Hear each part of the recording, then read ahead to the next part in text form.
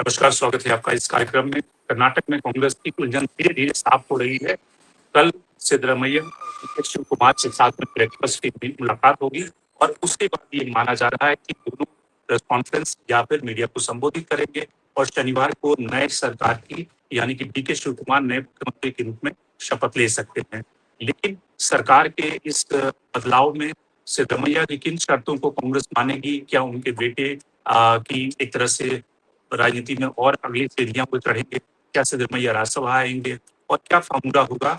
साथ ही तमिलनाडु में जिस तरह से अन्नामलाई ने जो बयान दिया है कि 9th क्लास में जो तीसरे लैंग्वेज को लेकर उनका बयान दिया गया, वो काफी एक तरह से बीजेपी हाईकमान के खिलाफ लगता है, क्योंकि वो कह रहे हैं कि इस फार्मूले को वापस किया जाए। तो आखिर अन्नामलाई चाहते क्या है? क्या अन्नामलाई बगावत के रास्ते पर है या अन्नामलाई एक तरह से तमिलनाडु में बीजेपी की जड़ें इंडिपेंडेंट तरीके से जड़ें जमाना चाहते हैं, जिसके लिए वो पहले प्रयासरत थे? तो इन दोनों सवालों को हम समझने की कोशिश करते हैं। आज के कार्यक्रम में हमारे साथ दो मेहमान जुड़ रहे हैं। संजय कुमार जो सीनियर जर्नलिस्ट हैं और साथ ही शुक्ला साहब जो कि सीनियर जर्नलिस्ट हैं और लगातार कांग्रेस की राजनीति पे पैनी नजर रखते हैं। तो सबसे पहले शुरुआत करते हैं शुक्ला जी आपसे। जो कर्नाटक में स्थिति है, कर्नाटक में आपको क्या लग रहा है? क्या फार्मूला इवॉल्व हो रहा है? क्या सिद्धरामैया इसके लिए तैयार हो गए हैं? क्या आपको लगता है सिद्धरामैया इतनी आसानी से अपनी सत्ता की गद्दी छोड़ देंगे? क्या उनके बेटे का एलिवेशन होगा? और क्या कांग्रेस की जो सेंट्रल पॉलिटिक्स है उसमें सिद्धरामैया आएंगे या अभी भी कुछ ट्विस्ट एंड टर्न बाकी है? सिद्धरामैया कोई ना कोई और भी कार्ड खेलेंगे? धन्यवाद निवेश जी। मुझे लगता है कि सिद्धरामैया पद छोड़ देंगे। इसका कारण मैं ये मानता हूं कि एक तो जो उन्होंने पिछली बार जो बातें कही थी कि राज्य में लंबे समय तक मुख्यमंत्री बने रहने का एक रिकॉर्ड उनका हो जाए, उनके खिलाफ कोई इस तरह की कोई राजनीतिक माहौल ना हो और उनके बेटे की भी राजनीतिक एक मजबूत उपस्थिति हो जाए। तो मुझे लगता है सभी चीज़ें हो गई और अगला जो चुनाव है निश्चित रूप से 80 साल के हो गए हैं वो। 2 साल बाद चुनाव हो गया, 82-83 साल की उनकी उम्र हो जाएगी। वो खुद कह चुके हैं कि यह उनका अंतिम कार्यकाल है जो इस समय है वो। तो इन सभी चीज़ों को देख करके मुझे लगता है कि वो निश्चित रूप से उनको बहुत अच्छा नहीं लगेगा, वो चाहेंगे ही कि मुख्यमंत्री बने रहे, लेकिन जो फार्मूला तय किया गया था, जो बातें कही गई थी कि 2.5 साल के बाद वो पद छोड़ देंगे और डीके शिव कुमार मुख्यमंत्री बनेंगे, तो उन्होंने साफ साफ राज्य की राजनीति में बने रहने के लिए तो उन्होंने कही दिया कि वो राज्यसभा में नहीं आना चाहते हैं, वो राज्य की राजनीति में बने रहेंगे। स्वाभाविक सी बात है कि उनके सामने अपने बेटे का भी राजनीतिक करियर सामने है। वह एक तनाव की स्थिति में इस लक्ष्य को बहुत पा नहीं पाएंगे और अगर मान लीजिए कांग्रेस छोड़ करके वो जाएं और बीजेपी की तरफ चले जाएं तो जो स्थिति कांग्रेस में उनकी है वो तो भारतीय जनता पार्टी में नहीं होने वाली है। जनता दल एस के साथ वो जा नहीं सकते हैं, वहाँ भी कोई उसकी बहुत संभावना नहीं दिखती है। तो मुझे लगता है कि वह अपने जो उनके राजनीतिक उद्देश्य रहे हैं उनको उन्होंने पा लिया है। भारतीय कांग्रेस ने उनको एक राजनीतिक स्थान या महत्व देना चाहिए वो कांग्रेस ने उनको दिया भी है और एक बहुत इस तरह के नेता माने नहीं गए हैं जो कि एक अनावश्यक राजनीतिक संघर्ष में उलझे हो। वो जनता दल से उन्होंने राजनीति शुरू की, फिर कांग्रेस में चले आए, फिर कांग्रेस में आ गए तो कांग्रेस के साथी शिवमोगा जिले में वोट मांग रहे थे। मैं उनको ग्रामीण इलाकों में मैंने देखा तो एक गंभीर राजनेता के रूप में मैं उनको मानता हूँ और मैंने उनको देखा है कि बहुत ही साफ सुथरे तरीके से, बहुत ही सुलझे तरीके से वो अपनी बातों को कहते रहे और जो राजनीतिक स्थितियां कर्नाटक की हैं, स्वाभाविक सी बात है कि कांग्रेस के सामने अगला चुनाव बहुत महत्वपूर्ण है और कांग्रेस की जीत में भी सिद्धरामैया साहब के बेटे के भी राजनीतिक ताकत छिपी हुई है। अगर कांग्रेस में सत्ता में आती है, कांग्रेस की राजनीतिक ताकत बड़ी होती है तो स्वाभाविक सी बात है कि उनके बेटे को भी एक स्थान मिल सकता है जिसकी उनके मन में चाहत होगी, क्योंकि सिद्धरामैया साहब की राजनीतिक करियर उनके साथ ही तो खत्म होता नहीं है। ऐसा तो है नहीं कि मुख्यमंत्री उनका कार्यकाल पूरा हो गया और जब तक वो चाहे मुख्यमंत्री बने रह गए तो जो कुछ भी चाहा उन्होंने पा लिया। उनके सामने अपने बेटे का भी राजनीतिक भविष्य है और एक सम्मान पूर्वक राजनीतिक विदाई भी वो मेरे ख्याल से एक राजनेता के रूप में चाहते होंगे। वह नीतीश कुमार की तरफ से विदा नहीं होना चाहेंगे कि मुख्यमंत्री राज्यसभा में चले जाएं और जो अपनी पूरी लेगेसी है किसी को सौंप ना पाए। तो सिद्धारमैया साहब जिस तरह के राजनेता रहे हैं, जिस तरह का गवर्नेंस उन्होंने दिया है, जो लोकप्रियता उन्होंने हासिल की है और जिस छवि के साथ वो कांग्रेस पार्टी में उन्होंने अपना लंबा समय अब तक वो उन्होंने बिताया है, तो मुझे लगता नहीं कि किसी तरह का संघर्ष पैदा होगा, बल्कि एक स्मूथ सत्ता स्थानांतरण होगा। वो इसलिए भी क्योंकि खुद वो चाहेंगे कि अगला चुनाव कांग्रेस के पक्ष में जाए, विवाद पैदा करके वह इस लक्ष्य को पा नहीं सकते। तो और डीके शिव कुमार एक अच्छे संगठन के व्यक्ति, कर्मशील व्यक्ति माने जाते हैं भी। 8 बार के विधायक हैं वो एक ही इलाके से। तो ऐसा भी नहीं कि ऐसे व्यक्ति को सत्ता सौंपनी है जो पैराशूट की राजनीति करता हो या उस लिगेसी को आगे न बढ़ा पावे जिस लिगेसी को स्थापित किया है सिद्धारमैया साहब ने। स्वाभाविक सी बात है कि जो मतदाता समूह उन्होंने बना रखा है, उस मतदाता समूह को बनाए रखना चाहेंगे, वो जोड़े रखना चाहेंगे और किसी विवाद में पड़ करके वो मतदाता समूह कांग्रेस के साथ बना रहेगा या उनके साथ बना रहेगा, मुझे लगता है कि इसमें संदेह है। तो अपने बच्चे के भविष्य के लिए और एक अपनी साफ सुथरी राजनीति के लिए सत्ता से अलग होने में मुझे कोई बाधा नहीं दिखाई पड़ता। जी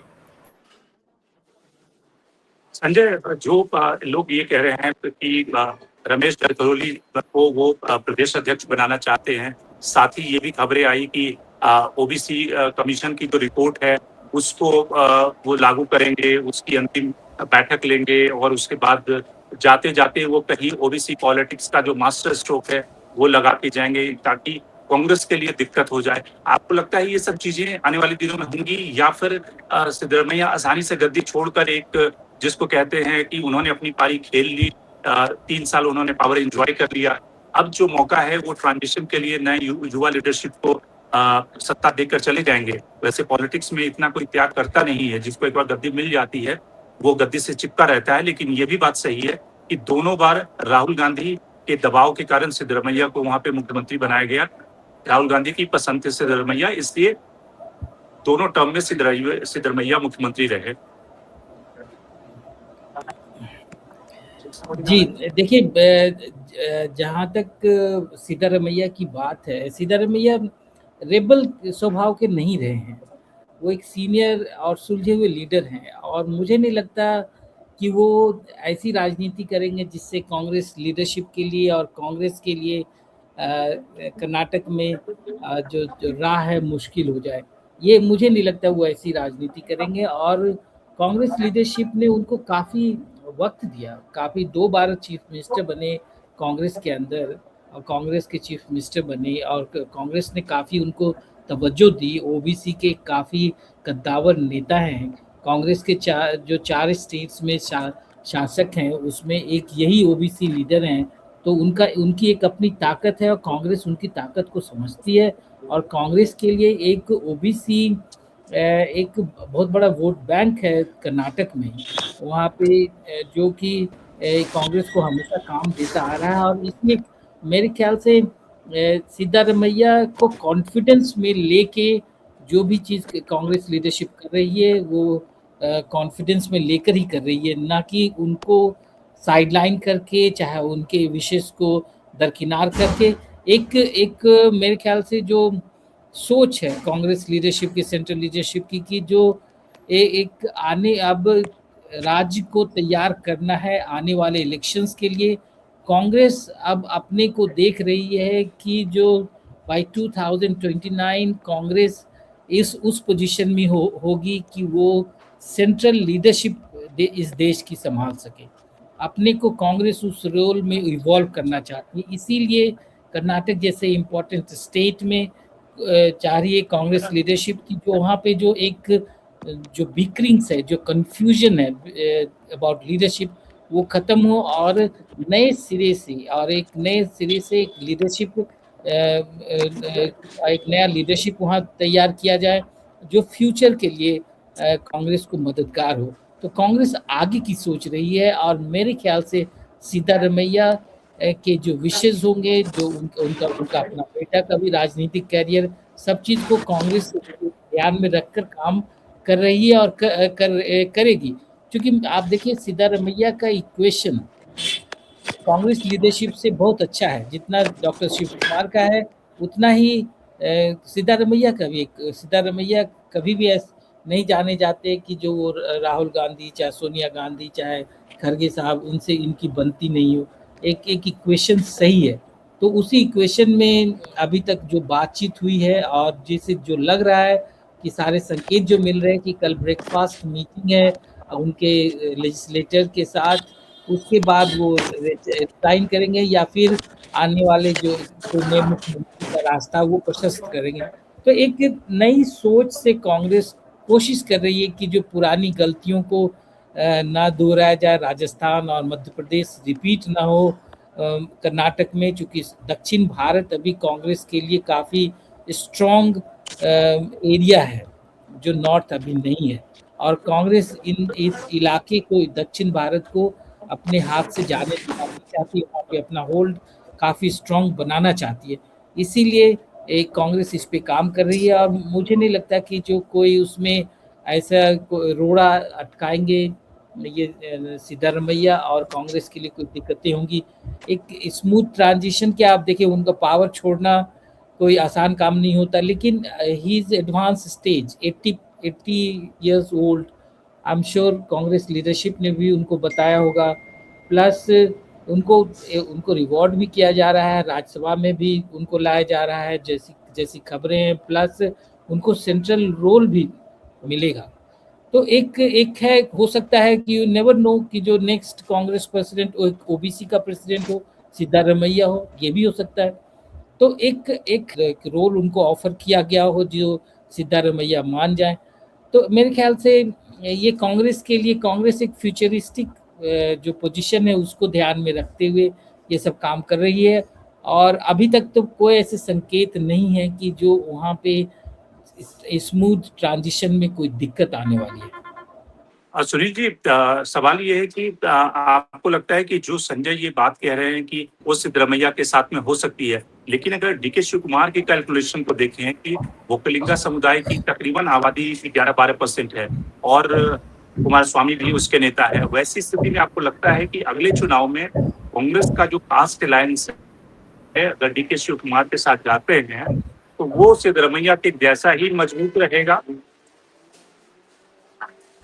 बिल्कुल, मैंने वोकलिंगा समुदाय के लोग जेडीएस के साथ रहे हैं, लेकिन जेडीएस का समर्थन कितना गिर गया है, उनका मत प्रतिशत कितना गिरा, बुरी तरह से गिरा। देवगौड़ा साहब के ग्रैंडसन पिछली बार चुनाव हार गए, उनका पूरी पार्टी का चुनाव परफॉर्मेंस कितना खराब रहा कर्नाटक में। वोकलिंगा समुदाय एक ऐसा समुदाय है जो चाहता है कि उसकी राजनीतिक भागीदारी मजबूती के साथ हो। वो केवल किसी पार्टी को वोट देकर के कि मैं मेरा समूह है और वोट देकर के निश्चिंत हो गया, ऐसा समूह नहीं है। वो दोनों के दोनों लिंगायत वोकलिंगा दोनों सत्ता में भागीदारी चाहते हैं। इसीलिए वोकलिंगा जब डीके शिव कुमार मुख्यमंत्री बनते हैं तो पूरा का पूरा, मेरा अपना मानना है, जितना मैं कर्नाटक को समझ पाया हूँ, वो पूरा का पूरा समुदाय भी डीके शिव कुमार के साथ है, जो आज भी एक बड़ा हिस्सा उनके साथ है। रही बात कि सिद्धारमैया राज्यसभा में मल्लिकार्जुन खड़गे को रिप्लेस कर देंगे या रिप्लेस करना चाहेंगे, ऐसा मुझे नहीं लगता। वो तो अभी जो उनकी बात से मुझे समझ में आया कि वो राज्य की राजनीति में बने रहना चाहते हैं, मतलब अपनी को उपस्थित चाहते हैं। भले मुख्यमंत्री अगर केंद्रीय हाईकमान कर रहा तो मुख्यमंत्री नहीं रहेंगे वो, लेकिन वो कर्नाटक में अपनी उपस्थिति चाहेंगे। और मुझे लगता है कि अगर वो कर्नाटक में रहते हैं तो अगले विधानसभा चुनाव के दृष्टि से भी वो कांग्रेस के लिए लाभदायक है। वो एक बड़ा चेहरा है, एक जो उन्होंने एक दलितों का, पिछड़ों का और अल्पसंख्यक समुदाय के लोगों का एक जो समूह उन्होंने अडिगा या उसको उस समुदाय को कहते हैं जिन्होंने तैयार किया है, वो बड़ी उपलब्धि उनकी है और उसके लिए उन्होंने बड़ा संघर्ष किया है। एक साफ सुथरी छवि के लिए माने जाते हैं। तमाम आरोप उनके खिलाफ बीजेपी ने लगाया, लेकिन कोई बात साबित नहीं हो पाई। कोई उनके खिलाफ एक इस तरह का माहौल में नहीं। कुमार के खिलाफ जो आरोप हैं आपको लगता है कि बीजेपी को बैठे बिठाए एक मुद्दा मिल जाएगा, या फिर आने वाले दिनों में सेंट्रल एजेंसी जो है वो बीजेपी कहाँ घेर पाए शिव वो? कुमार के पीछे लग जाएगी? रमेश जी, डीके शिव कुमार को भारतीय जनता पार्टी ने घेरने की बहुत कोशिश की, और उस घेरने में सबका उनका सबसे बड़ा जो मुझे लगता है उद्देश्य यह था कि उनको तोड़ करके बीजेपी में मिला लिया जाए, उनको कोई सजा मिल जाए, वो लंबे समय तक जेल में चले जाए, उनकी राजनीति खत्म हो जाए। यह बीजेपी नहीं चाहती थी। बीजेपी केवल दबाव बना रही थी कि वो कांग्रेस से टूट करके बीजेपी के साथ चले आए, जो हुआ नहीं। दूसरी चीज, जो उनके खिलाफ भ्रष्टाचार के आरोप लगाने या की बात लगा रही थी बीजेपी, और उनकी विश्वसनीयता को कमजोर करने की कोशिश कर रही थी, वो भी नहीं हुआ। डीके शिव कुमार न केवल अपना चुनाव जीते, बल्कि वो अपने तमाम समर्थकों को भी जिता कर लिया, कांग्रेस पार्टी के लिए किसे साबित हुए। कांग्रेस की न केवल कर्नाटक में, विभिन्न राज्यों में उन्होंने भारतीय जनता पार्टी का चुनाव संचालित किया। आप याद कीजिए कि मेरे ख्याल से 2015-17 कब की बात है, जब अमित शाह का चुनाव हो रहा था राज्यसभा में गुजरात में, तब उन्होंने एक बड़ी भूमिका अदा की थी गुजरात में जाकर के। तो एक बहुत ही जुझारू किस्म के नेता के रूप में डीके शिव कुमार ने अपनी छवि बनाई, और उस छवि को भारतीय जनता पार्टी कमजोर नहीं कर पाई। उनके ऊपर कोई ऐसा नहीं, मैं नहीं कहता कि भ्रष्टाचार के आरोप जो उनके ऊपर लगे वो कितने सही है कितने गलत है, लेकिन उसको लेकर कोई पॉलिटिकल नैरेटिव के खिलाफ बन गया हो राज्य में, कर्नाटक में, ऐसा मुझे नहीं लगता। और अभी ऐसा तो है नहीं ना कि काम वहां बीजेपी उपस्थित नहीं है, और मजबूती के साथ उपस्थित है। जनता दल एस मजबूती के साथ उपस्थित है। कुमारस्वामी साहब लगातार कोई ना कोई बयान देते रहते हैं। केंद्र सरकार के वो मंत्री हैं, भारतीय जनता पार्टी के भी कई मंत्री हैं, और बड़े नेता हैं जो कर्नाटक राज्य से आते हैं, लेकिन कहाँ घेर पाए हो? जो एक नैरेटिव के खिलाफ बनाना चाहते थे, संभव नहीं हो पाया। तो डीके शिव कुमार को घेर नहीं पाएंगे। भ्रष्टाचार के आरोप उनके खिलाफ हैं, लेकिन उन आरोपों को वह किसी राजनीतिक मुद्दे के रूप में बदल देंगे अब चुनाव आते आते, मुझे लगता नहीं है ऐसा। हाँ, ये जरूर है कि अगर ये सत्ता परिवर्तन में सिद्धारमैया साहब की तरफ से कोई अवरोध पैदा होता है, जिसकी संभावना मैं बहुत ही क्षीण देखता हूँ, लेकिन फिर भी राजनीति में तमाम संभावनाएं छिपी रहती है। तो अगर कोई इस तरह की संघर्ष की स्थिति आती है तो उससे निश्चित रूप से कांग्रेस को नुकसान होगा, क्योंकि कांग्रेस दोनों को छोड़ नहीं सकती। वरना तो सिद्धारमैया को एकदम छोड़ सकती है और न डीके शिव कुमार को छोड़ सकती है। सिद्धारमैया एक बहुत ही प्रतिष्ठित राजनेताओं में उनकी गिनती है कर्नाटक में। एक अच्छे राजनेता, कोई भ्रष्टाचार का मुद्दा नहीं, गवर्नेंस की बात करने वाले, सामाजिक सशक्तिकरण की राजनीति करने वाले, सांप्रदायिकता की राजनीति से पूरी तरह से दूर, दलितों को अपने साथ भी रखने वाले, एक सामाजिक समीकरण और गवर्नेंस दोनों उनके साथ फिट बैठता है। तो इसलिए ऐसा नहीं है कि कांग्रेस उनको एकदम छोड़ देगी कि ठीक है आप नाराज रहिए, जो कुछ भी होगा उनकी सहमति से ही होगा, ये बिल्कुल सही है। लेकिन डीके शिव कुमार जैसा जुझारू नेता भी चाहिए। अगर आप बीजेपी से चुनाव लड़ना चाहते हैं तो एक ऐसा नेता आपके पास होना चाहिए जो किसी भी स्थिति का किसी भी कीमत पर मुकाबला करने के लिए तैयार हो। भारतीय जनता पार्टी कोई सामान्य पार्टी नहीं है, एक सामान्य राजनीतिक दल नहीं है जो केवल एक संगठन है और वो भी चुनाव लड़ रही है और अभी चुनाव लड़ रहा है। वो हर तरह से चुनाव लड़ती है, और अपने हाल के जितने भी चुनाव हुए, चाहे पश्चिम बंगाल का चुनाव हो, चाहे बिहार का चुनाव हो, चाहे झारखंड का चुनाव हो, किसी भी चुनाव की आप बात कीजिए उसमें आपको दिखाई पड़ा। तो एक ऐसा नेता चाहिए जो संगठन के स्तर से मजबूत हो, अपने कार्यकर्ताओं को प्रोत्साहित कर सके, सक्रिय कर सके, लोगों के बीच में एक संदेश दे सके, और लगातार सड़क पे वो डीके शिव कुमार के रूप में पार्टी को मिलता है। दोनों को उनको साधना पड़ेगा, किसी एक को भी वो नाराज नहीं कर सकते। और सिद्धारमैया एक एसेट है कांग्रेस के लिए। जी, जिस तरह से राजस्थान की स्थिति थी कि अशोक गहलोत एक तरह से मास लीडर थे, सचिन पायलट ने मेहनत की थी, लेकिन सचिन पायलट को मौका नहीं मिला तो उन्होंने बगावत की और चुनाव में सहयोग नहीं दिया, कांग्रेस की सरकार चली गई। यहाँ पर कांग्रेस उस गलतियों से सीख करके डीके कुमार को सत्ता दे रही है। लेकिन आपको लगता है कि सिद्धरमैया अलग शिंदे नहीं हो जाएंगे, जिस तरह से उन्होंने 2005 में देवगौड़ा के खिलाफ बगावत की थी, या फिर सिद्धरमैया को लगता है कि ठीक है उन्होंने अपनी पारी खेल ली, उम्र के जिस पड़ाव पे हैं वो उस बगावत के चक्कर में नहीं पड़ेंगे जो 2005 में उन्होंने किया? देखिए, अभी तक तो कोई ऐसे संकेत नहीं है कि सिद्धरमैया पार्टी तोड़ देंगे या बगावत ऐसे कर देंगे जिससे कांग्रेस के लिए राह मुश्किल हो जाएगा। सिद्धरमैया ने काफ़ी सुलझी राजनीति की है, और वो उनका जो जो अहिंदा कोलिशन जो रिप्रेजेंट करते हैं कर्नाटक में, जिसमें बैकवर्ड माइनॉरिटीज और दलित का जो एक स्ट्रॉन्ग कोलिशन है, वो उसको वो रिप्रेजेंट करते हैं और वो काउंटर है। तो ये एक वो बहुत बड़े सोशल ग्रुप को रिप्रेजेंट करते हैं और फॉर द कांग्रेस वो एक एसेट है। कांग्रेस उनको दरकिरार नहीं कर रही है। कांग्रेस इस चीज अपने अपने कर्नाटक के लीडरशिप को तैयार कर रही है नए रोल के लिए, फ्यूचर के रोल के लिए। शिव कुमार अभी भी काफी यंग है कंपेयर टू सिद्धारमैया, और कांग्रेस चाह रही है कि जो इस स्टेट को तैयार किया जाए फ्यूचर रोल के लिए। अब ये देखिए बीजेपी और कांग्रेस में यही अंतर अभी के जमाने में आ रहा है कि आप बंगाल के इलेक्शंस के बाद अमित शाह वहां पहुंचते हैं और सीधे सीधे शुभेंदु को डिक्लेयर कर देते हैं कि he will be the chief ministerial face candidate, बिना लेजिस्लेटर्स के सहमति के और उनके ओपिनियन के। एक चूंकि अभी बीजेपी उस स्थिति में है कि वो एक उस डोमिनेंट स्थिति में है कि जो जिसको चाहे चीफ मिनिस्टर बना सकती है, जिसको चाहे वो हटा सकती है। कांग्रेस अभी वो उस स्थिति में नहीं है। कांग्रेस लीडरशिप वो एक डोमिनेंट रोल में नहीं है कांग्रेस अभी ऑल इंडिया लेवल पे। तो कांग्रेस एक कंसेंसस बिल्ड करके चल रही है और उसी कंसेंसस के जो बनाने की प्रक्रिया में उन्होंने सिद्धारमैया को कॉन्फिडेंस में लिया है और एक चेंज के लिए तैयार किया है और वो फ्यूचर के लिए तैयार करिए कांग्रेस का। अब जो स्थिति है धीरे धीरे अच्छी होती जा रही है और कांग्रेस देख रही है कि जो आने वाले वक्त में वो एक इंडिया को लीड करने के पोजीशन में हो सकती है और इसलिए वो अपने को तैयार कर रही है अलग अलग राज्यों में, जहां वो मजबूत है वहां भी, जहां नहीं मजबूत है वहां भी।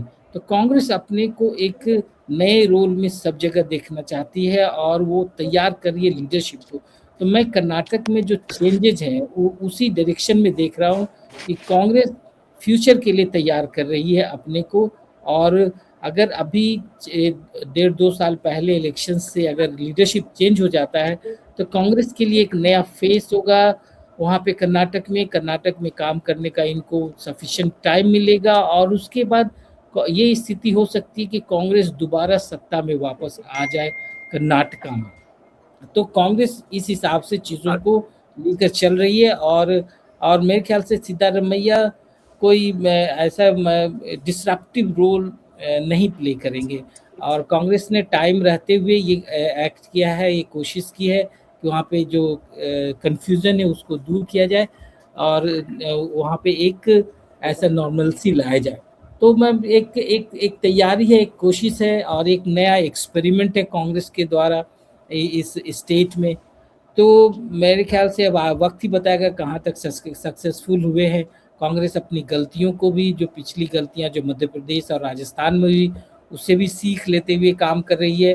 सिद्धारमैया ऑफ कोर्स एक काफ़ी कद्दावर नेता है, but at the same time Shiv Kumar एक अपने आप में एक काफ़ी प्रूवन लीडर हैं। उन्होंने उस समय उस वक्त भी कांग्रेस का साथ नहीं छोड़ा जब वो काफ़ी तकलीफ में थे और उनको जेल भी भेज दिया बीजेपी ने, तो भी कांग्रेस का साथ नहीं दिया। तो वो एक कमिटेड कांग्रेस वर्कर हैं। इस चीज़ को भी कांग्रेस लीडरशिप रिकॉग्नाइज कर रही है और उनको उसी का एक रिवॉर्ड कांग्रेस देना चाहती है। और वो एक कैपेबल लीडर है, एक मास लीडर है, एक ऑर्गेनाइजर है पार्टी के। तो एक कांग्रेस एक नया एक्सपेरिमेंट इस स्टेट में कर रही है।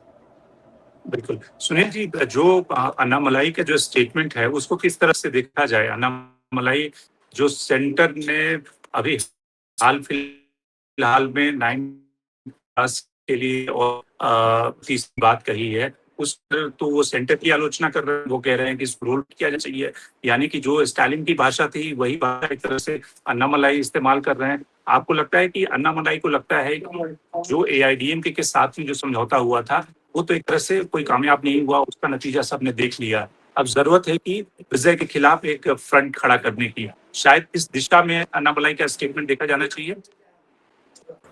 अन्नामलाई तो एआईडीएमके के साथ किसी भी समझौते के खिलाफ थे, वो चाह भी नहीं रहे थे। उन्होंने इस बात का हमेशा विरोध किया। उनके विरोध को देखते ही वही भारतीय जनता पार्टी ने तमिलनाडु पार्टी के अध्यक्ष पद से उनको हटाया और न केवल उन्होंने विरोध जबानी जमा कर विरोध किया, सक्रियता के साथ उन्होंने विरोध किया। अन्नामलाई भारतीय जनता पार्टी को किसी भी गठबंधन से अलग रखना चाहते हैं। उनकी कोशिश है कि भारतीय जनता पार्टी अपने मुद्दों के साथ लोगों के बीच में जाए और भले एक चुनाव उसको हारना पड़े या कुछ चुनावी नुकसान हो, लेकिन एक अपनी पहचान के साथ वो तमिलनाडु की राजनीति में उपस्थित हो और जो द्रविड़ राजनीति है उसके विकल्प के रूप में दिखाई पड़े अगर आगे बढ़ना चाहती है तो। इसलिए AIDMK को एक खारिज पॉलिटिकल ताकत के रूप में वो मानते रहे हैं, इससे कुछ मिलना मिलाना नहीं है। जिस तरीके से AIDMK संगठनात्मक रूप से कमजोर हुई, यह बात उनकी जो रही है वो साबित होती चली गई।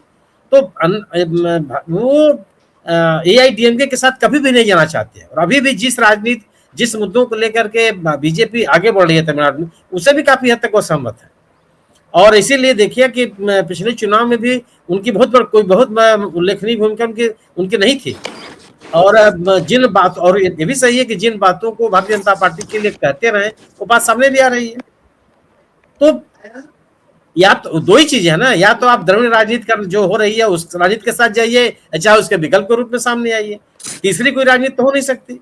या जो विजय की जो जिस तरह से उभर करके आए, उन्होंने भी जो बात कही वो सांप्रदायिकता की राजनीति से अलग कहा। उन्होंने सामाजिक सशक्तिकरण की बात कही, सांप्रदायिकता की राजनीति से दूर रहने के लिए अपने को कहा और पूरी तरह से द्रविड़ आंदोलन के साथ भी नहीं खड़े हुए। तो द्रविड़ आंदोलन का विकल्प भी बनने की कोशिश की, गवर्नेंस की भी बात की, फ्री बीज की भी बात की और सांप्रदायिकता विरोध की भी राजनीति की बात की। तो दो ही तरीके आपके पास है वहां की राजनीति करने के लिए और कोई विकल्प नहीं है। इस बात को अन्नामलाई लगातार कहते रहे। अब उस राजनीति में बीजेपी सफल हो पाएगी कि नहीं हो पाएगी? भारतीय जनता पार्टी की सफलता के आधार सबसे बड़ी चीज है कि उसका राजनीतिक ध्रुवीकरण, क्या वो तमिलनाडु में संभव है? क्या वो जिस तरह की राष्ट्रवाद और हिंदुत्व की राजनीति करती है, क्या वो तमिलनाडु में संभव है? क्या उस राजनीति से अलग किसी अन्य राजनीति को अन्नामलाई अपने बूते पर तमिलनाडु में लेके जा सकते हैं? आज की राजनीतिक सिनेरियो में तो नहीं दिखाई पड़ता हो।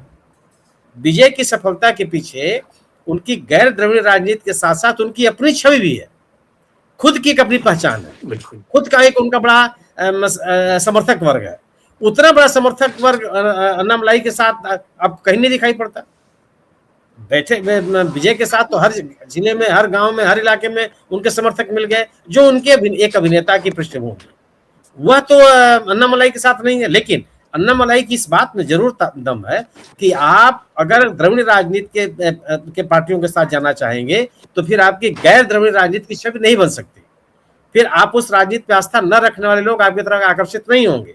इसी कारण से उन्होंने AIDMK का भी विरोध किया और एक अलग राजनीति करने की कोशिश की, जिसको भारतीय जनता पार्टी ने स्वीकार नहीं किया। देखिए आने वाले दिनों में क्या स्थिति बनती है।